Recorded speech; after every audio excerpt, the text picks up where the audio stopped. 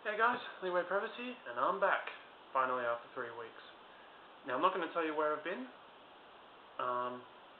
There's been a lot of stuff about that. But for now, let's get straight into the articles. So, this is Vent. Okay, our first story comes from Melbourne in Victoria. An exclusive girls' high school in Melbourne has actually disallowed a pair of lesbians from attending a Year 11 formal. The couple, Hannah Williams and Savannah Supsky, were disallowed by the principal of Ivanhoe Girls Grammar School from attending Hannah's Year 11 formal. The reason that the principal is using is that because Savannah was in Year 10, she was disallowed from attending a Year 11 formal. It was open solely to Year 11 students. However, both Hannah and Savannah are claiming that the girls' sexuality is what's preventing them from attending. And they've used the reasons that, one, there were a lot of younger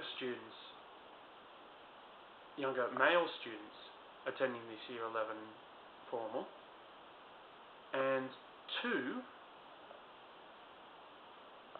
the policy was actually written up on the spot.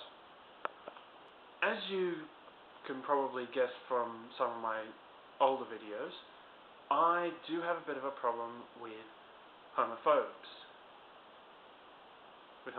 people, and discrimination against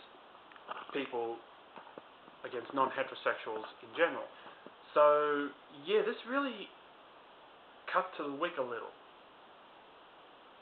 The fact that supposedly these girls have been disallowed from attending. However, at the same time, until a younger student actually turns up out of the woodwork and says, yes, I was allowed to attend, or even an older student comes out of the woodwork and says, yes, I was allowed to attend despite this coming into play, we might never know. I'm more inclined to go with the girls than I am with the principal, but until someone comes forward, I'm kind of keeping my butt to the fence as well. I'm on the girls' side, but my butt's at the fence. Now, these next couple of articles, I was a little sketchy to actually put on. This one especially. A small town in South Australia, known as Kapunda, is currently having to deal with the loss of 3 of its population. The 3 murdered are Andrew and Rose Rowe, husband and wife, and their daughter Chantel, who was 16. Now, their son, Christopher, had actually just returned from a Gold Coast holiday to find out that his parents and sister have died in horrific circumstances. At the moment, the case is still continuing. Christopher's trying as hard as he can to help police, and that's understandable. And the residents, equally understandably, are freaked out because they don't want to become another Truro or another Snowtown. Working on what has been said, there doesn't seem to be much reasoning behind why these 3 people had to die, why they had to be murdered. And that's what's probably really cutting into them most of all. At the same time, they have at least made a bit of a track. The person who murdered these 3 was also injured in the attack. How did they know that he was injured?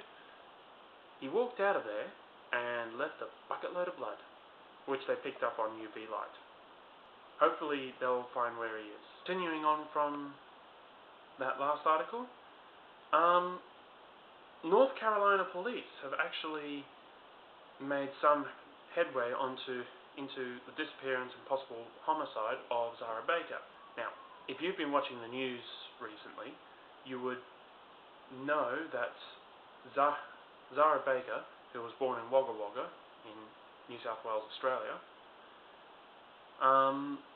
disappeared from her home where she lived with her father, Adam Baker, and her stepmother, Alyssa. Now, the two are currently being held in custody for various reasons. Alyssa for producing a ransom note, and Adam for failure to cooperate, really. Now, police have already found Zahra's prosthetic leg because one of her legs was actually amputated due to bone cancer. And they found something else, but we don't know what it is. They're not revealing yet. At the moment, they're looking around a place called Gunpowder Creek. For those who aren't in the know, like me, Gunpowder Creek is known as a dumping spot for illegally poached animals. So, yeah, they're basically going to be looking through a lot of animal remains, especially skeletal remains, see if they can find some human remains that may be related to Zahra. Hopefully she will come out alive, but if she has been murdered, I hope they actually catch who did it.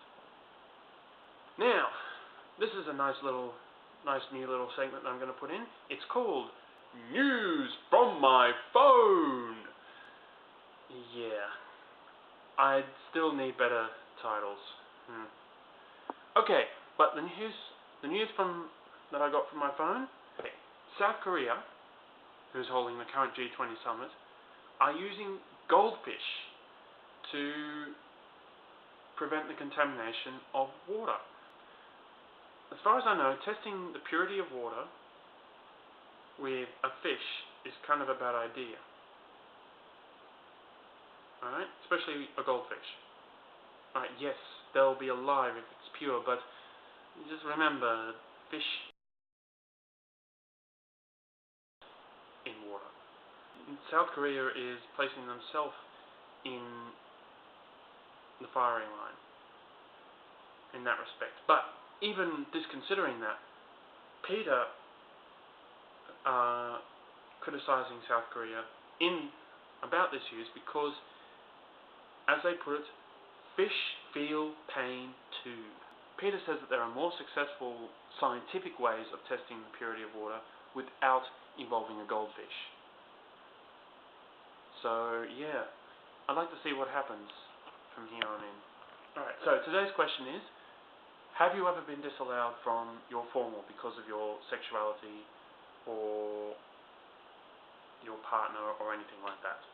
Alright, feel free to leave your answer in the comments below, and if you want to elaborate, go for your life. If you want to subscribe, button's up the top there. If you want to contribute, there's a box right here that'll lead you to the message service.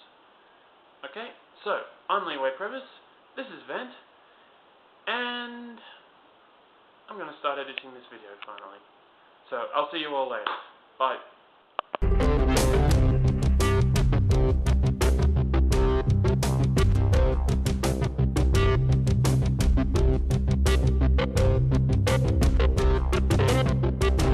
By the way guys, I just remembered, I now actually have a Facebook page up, so any article that interests me will actually be up on there.